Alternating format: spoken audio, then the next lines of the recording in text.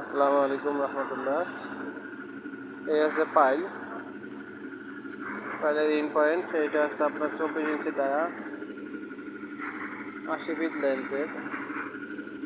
Rod আছে 9টা 9টা rod. এইটার spacing আছে আপনার 5-7 করে আছে। তো মোটামুটি পাইলের কাজ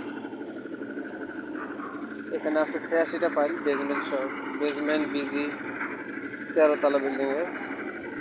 সেজন্য পাইল সংখ্যা না বাড়ে আমরা 24 ডায়া হয়েছে, সেই ডিজাইন অনুসারে ক্যালকুলেশন করে দেওয়া হয়েছে। তো আপনারা বিল্ডিংয়ের ডিজাইন করতে চাইলে আপনারা ইনশাল্লাহ যোগাযোগ করতে পারেন।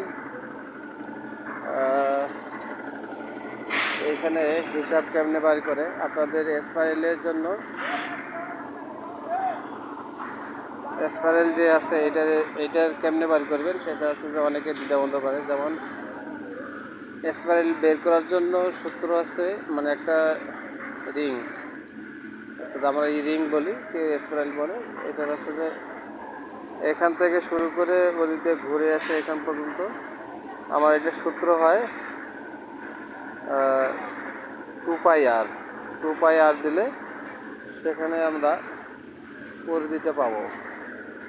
সেই পরিধির সাথে যতগুলো নচ হবে সেই নচগুলো আমরা গুণ দেবো। আর 10 মিলি রডের জন্য যে পরিমাণ কেজি আসে সেই কেজির সাথে, অর্থাৎ 0.19 দ্বারা গুণ করলে আমরা কেজিটা পেয়ে যাব। এটা গেল একটা। আর হচ্ছে যে যেটা লম্বা রডগুলো, এইগুলো রডের ওজন বের করার নিয়ম হচ্ছে 8টা যদি রড থাকে 8টা লেন্থ এবং এর সাথে কভারিং যোগ করতে হবে।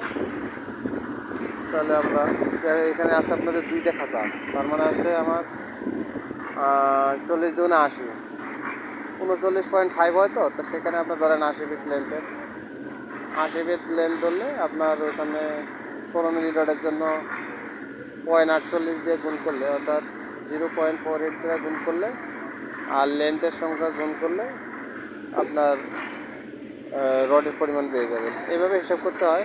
তো যাই হোক, আমাদের সাথে যোগাযোগ করেন ইনশাল্লাহ। আমরা বিল্ডিংয়ের ডিজাইন, কনস্ট্রাকশন, আরসিসি থেকে শুরু করে ইলেকট্রিক্যাল, প্লাম্বিং, 3D ভিউ সবগুলাই করানো হয় ইনশাল্লাহ।